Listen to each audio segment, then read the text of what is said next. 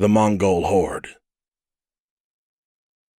The Kazakh's dacha, Altai Mountains.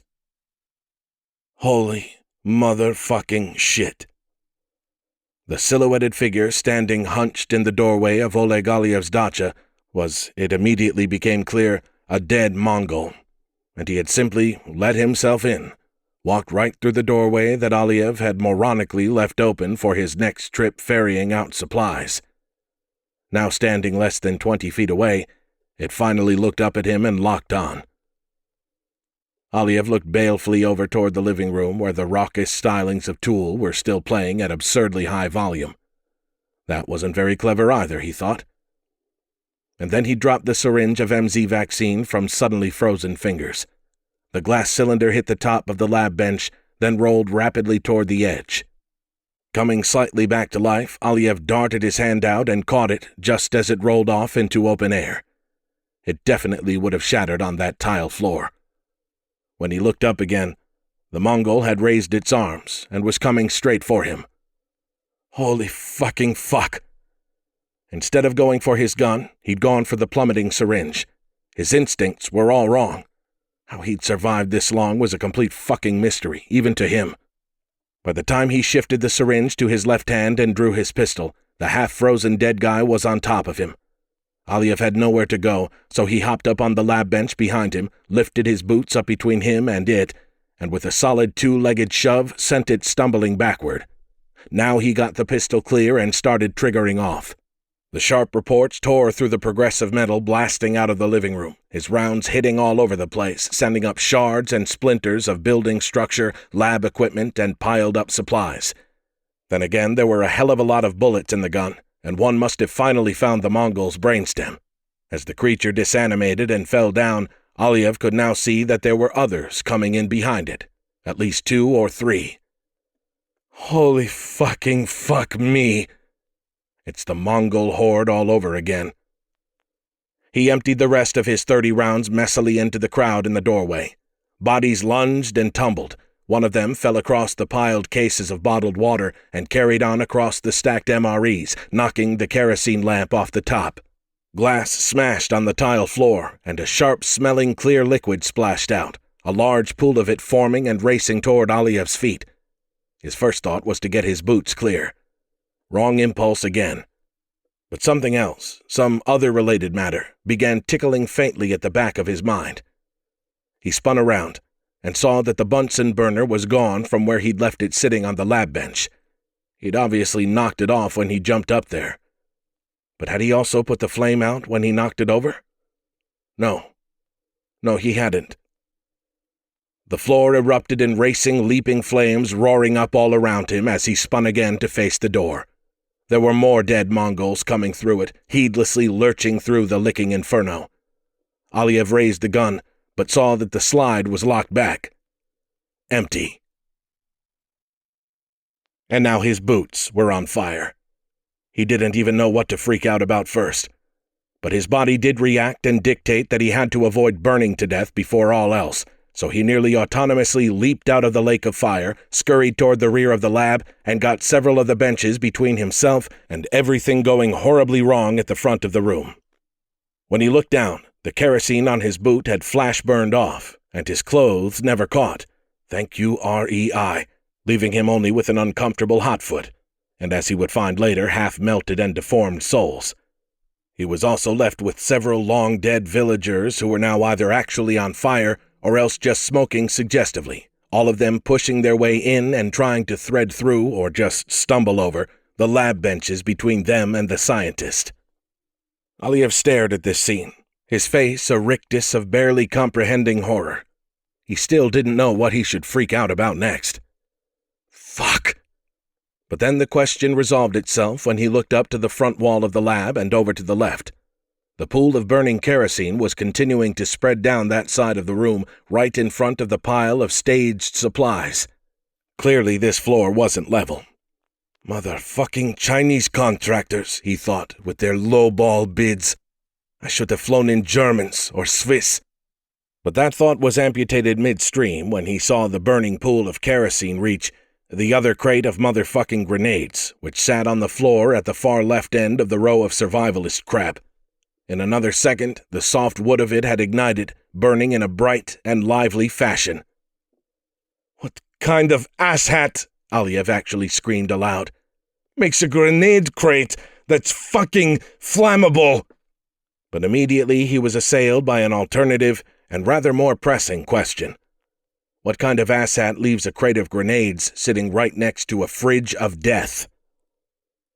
The flames on the soft wood crate now licked higher, reflected in the glass door of, the door of what comprised the most completely horrifying and deadly collection of pathogens that had ever existed in one place before in the entirety of human history. And so the matter of what to freak out about next clarified perfectly for Oleg Aliev. Screw the zombies, screw the fire. He had to get the ever-living fuck out of there. And he had to get really, really far away. Really fucking fast. And in this state of play, he realized he only needed to take two things with him. The cold box with his MZ pathogen and vaccine, and the motherfucking shotgun. Everything else could fuck right the fuck off. He looked down and saw he was still holding the empty pistol in his right hand and the syringe of vaccine in his left. He jammed the gun in its holster and the syringe between his teeth. God, I hope that works. But now the first two smoking dead Mongols were on him, reaching and lunging over the top of the rearmost lab bench. Not giving the dumb sons of bitches time to work out the complex issue of going the fuck around it, Aliev instead juked left, drawing them to that side, then dashed right. In another 2 seconds he was flying up the right wall of the lab toward the door, and a second after that had snatched up the fully loaded shotgun. His Spec Ops Mafia friend had once dryly asked him, "What good, my friend, is an unloaded gun?" And he started triggering exuberantly off. The tattoo of rapid-fire 12-gauge blasts thundered in the enclosed space, for a second drowning out even the mighty tool, and making the pistol sound like the toy pop gun it was. Aliev wasn't even really aiming, and he didn't really have to. The buckshot storm ripped arms from shoulders and legs from groins, and sent half-decomposed but still animated bodies tumbling to the previously white tile floor in great angular heaps of dead flesh and black gunk. And thus did the Kazakh simply shoot his way through the dead Mongol conga line still coming in his front door, and then he powered forward, straight toward the cold box sitting by the fridge, and also right beside the motherfucking flaming crate of grenades. In 2 seconds he had snatched up the cold box, turned again, rested the shotgun barrel on top of the box, and started shooting his way the fuck out of there. Empire of the Dead. The Kazakh's dacha, Altai Mountains. And now Aliev had cause to say another quick prayer of thanks to his Spec Ops Mafia buddy for talking him out of buying a pump-action shotgun. Leave that shit to the purists. Buy an autoloader. Faster is always better. Now it meant he could operate the weapon one-handed. As he rapid-fired, long strings of evil sparks falling out of the blasting barrel, the room filling with smoke either from the fire or the gunfire, or probably both, he now had to pick a direction, which also turned out to be an easy one. Going out the front door was a non-starter, because he had absolutely no way of knowing how many dead assholes were queued up out beyond it. For all he knew, they stretched halfway down the mountain, drawn by his idiotic blasting of that music. But you know what? It was totally worth it. In fact, he didn't even want to know how many dead assholes were out there. So he headed instead for the living area, shooting his way straight back through the surviving dead pressing in through the doorway, the music growing even more thunderous in volume as he got clear of the lab, and the kerosene behind him having burned itself out, but not before igniting, more than enough flammable crap in there to keep burning out of control, and to no doubt very soon turn the whole dacha into a black, smoldering, useless memory of its formerly luxurious and grand and self-reliant self. Wait. Aliev didn't quite pause to think. Why the fuck isn't the Halen fire suppression system coming on? Granted, he had never tested it. Those Chinese fuckers again. All this time he had been working in a bioengineering lab with any number of horrifyingly dangerous pathogens, and without a working fucking fire suppression system. Oh well, fuck it. He ran on, syringe still in his teeth, but now with his left arm hooked through the handle of the cold box so he could reload the Benelli from the shells in the side saddle. He didn't have the faintest fucking idea what he was going to find out back on the helipad, but he knew one goddamn thing. He'd be better off with a fully loaded shotgun than a nearly empty one. He exited the living room, dashed through the kitchen, and turned the locks on the back door with trembling and adrenaline-flooded fingers. Then he was out in the cold air, wumping his deformed and half-melted boots through the snow, skidding right around the storage building, and finally skating onto the helipad. It was all clear. Aliev exhaled dramatically. But he quickly realized it wasn't going to stay that way for long. He could hear but not see more moaning, wheezing dead sons of bitches coming up the trail toward the front door. And as soon as he started the helo's engines, they were going to hear him too, and no doubt change course and simply go around the side of the dacha to the helipad. He slammed shut the cargo door, which he'd left open on his first and very terminal trip ferrying supplies out to it, then swung open the cockpit door, tossed the Benelli across to the co-pilot's seat, then heaved himself in and hauled the door closed behind him. When he paused to look out beyond the glass of the side door, he could see the first of the Mongols was already coming out the back door. Missed a trick there. He should have shut that. Never mind. He reached over into the passenger seat and snatched up the stapled sheaf of papers that was his pre-flight checklist. He had never flown enough to commit it all to memory, and there was little point in remembering shit you could just look up anyway. He flipped to the first page. External checks. Remove the blade socks. Engine air intake, clear. Maintain rotor A blackened hand, terribly burnt and bloodied, slapped violently against the glass of the door inches to his left, snapping Aliev's head around, where he watched the hand drag down, leaving black bits of itself. "Okay," he said aloud. "External checks are out." He flipped pages with trembling fingers to the internal checks, the much more critical ones, and started narrating aloud as his palsied finger traced down the page. Fuel shutoff valve in forward position. Check. Collective, pitch, and yaw pedals moving freely. Check. Ditto rotor brake control. Battery voltage. Okay. Hydraulic pressure. Okay. More hands and faces were now slapping at the outside of the cockpit glass, and Aliev realized he was hyperventilating and having serious trouble focusing. The whole aircraft was starting to shake from the assault of overwrought dead guys outside. Aliev shook his head and wiped the sweat from his eyes. Emergency rotary throttle control.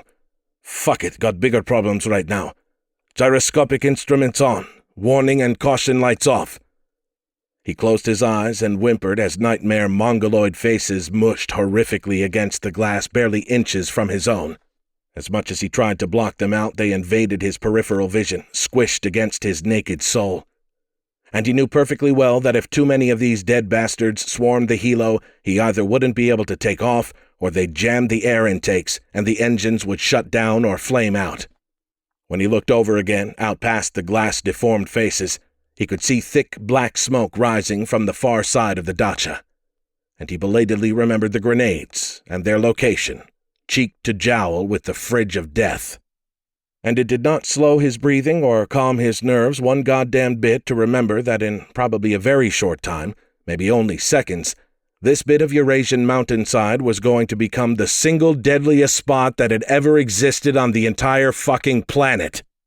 No collection of pathogens so utterly hostile to all known forms of life had ever before been collected in one place, and never would be again.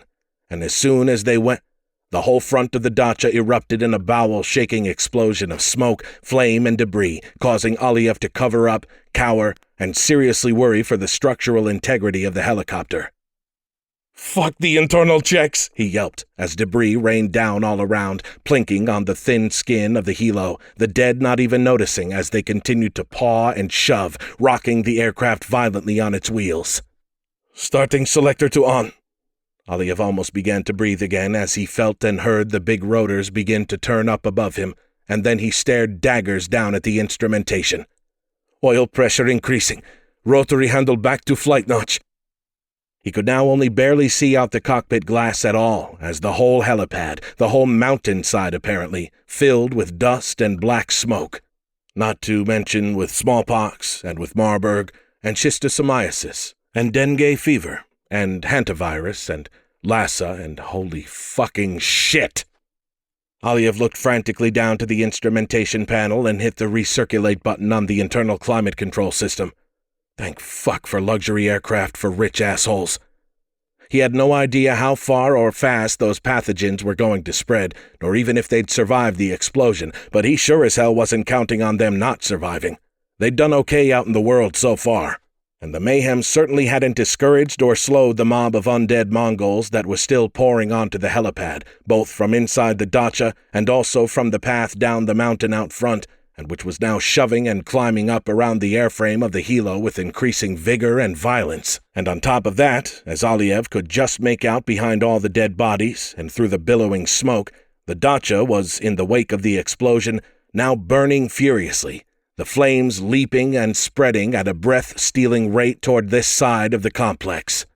And now he remembered one other thing, that there was a gigantic tank of aviation fuel sitting right the fuck beneath this fucking helipad. When that raging fire reached this spot, never mind that by then he'd already be breathing weaponized anthrax and fucking Ebola, plus being torn to pieces by the rampaging undead Mongol horde, he would burn to death in a flaming inferno, a massive and intense firestorm that he imagined would engulf this whole face of the towering Beluka mountain. Basically, there was now, and there was never. All but slamming his eyes shut in terror, Aliev jacked up power at the same time as he yanked on the collective, jerking the helo off the ground in a manic dust-off that would be described as safe or professional by absolutely no one. Ha! He glanced down to see the hands falling away from the door, and there were thank fuck no skids for them to grab onto. Ha! I'm out of here, bizzles! The big, sleek, and powerful helo now drifted and floated recklessly and perilously from one side to the other, and too much lateral movement would take it either into the burning remains of the dacha on the left or the nearly sheer mountainside on the right, neither of which Aliev could fucking see now in all the billowing black smoke.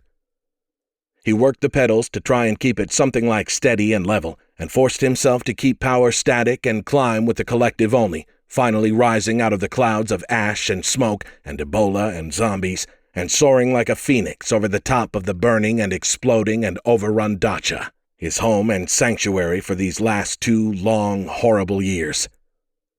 The mountain itself started to fall away beneath him, and the black smoke thinned, and the great brown and white wilderness of the Altai Mountains and this endless ass-end of the world began to spread out below, and Aliev drew in a great intake of breath. He had forgotten the extent of the utter wasteland he had long inhabited, and also realized with the start that he had never in his life been so glad to see the back of anything. He shouted out loud again, "Ha! Ha! I am not going to die in this shithole!" He had been so convinced of that he would buy it here, one way or the other, and the realization now that he would not was like a massive jolt of some extremely illegal stimulant to his system. The fact that he had no idea whatsoever if he could even survive actually exiting the helicopter with the horror movie menagerie of pathogens that probably coated its surface now was of relatively little concern. He'd just deal with that shit later. He revved up the power, pushed the cyclic forward sharply, and as the rotor disc above him tilted dramatically forward, Oleg Aliev and his sleek Eurocopter and his bug-out bag and his crate of grenades and his cold box of meningitis Z and meningitis Z vaccine all took off like a high-tech bat out of a remote Eurasian hell, blasting straight out to the west and directly into the setting sun. As he finally remembered to start breathing again, Aliev mastered his thoughts and tried to mentally review the travel plan he'd put together earlier.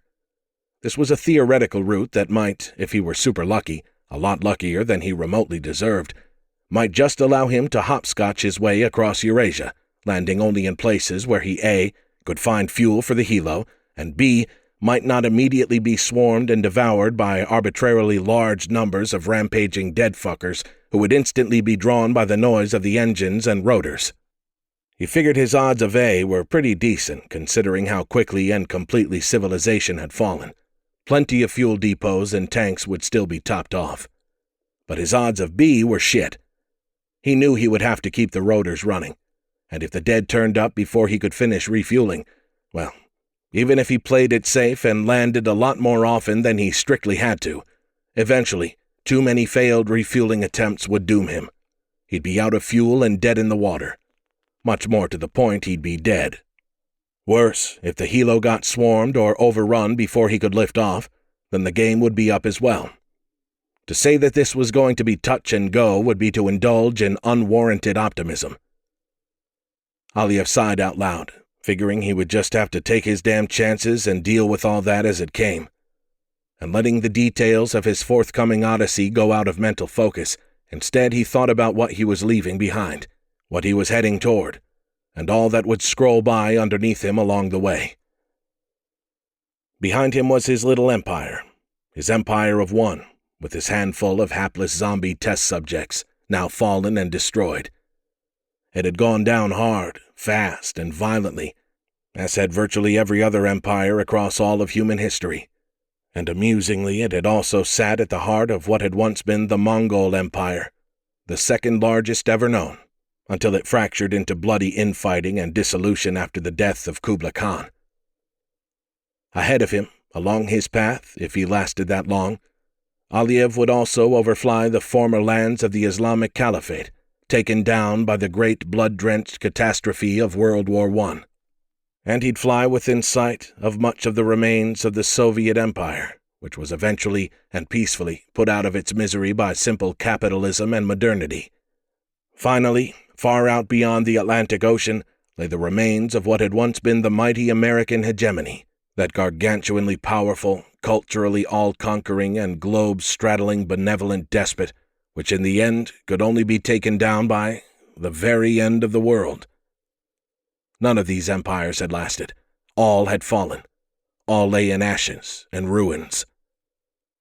But now Aliev was going to try to make his way to the very heart, and all that remained, of the once mighty British Empire, which had been the very largest and most powerful of all time, the world's dominant power for well over a century.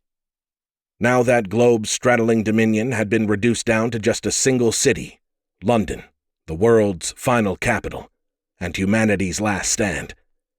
And as far as Aliev could make out, that final spark was a hair's breadth away from going out forever. And when it did, that would be it for humanity.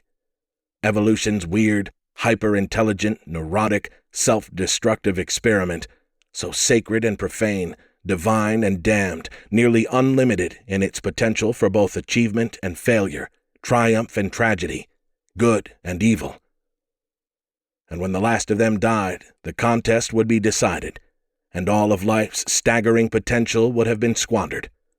And instead, the empire of the dead would be triumphant, and complete, and eternal. But even now, in the final hour, there was still some trace, some hint, some ghost of a hope.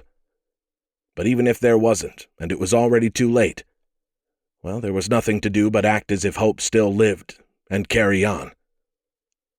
London or bust, Aliev thought, putting the helo on autopilot just long enough to stab himself with the syringe and flood his veins with the meningitis Z vaccine. And with that he vowed to stop looking back, one way or the other.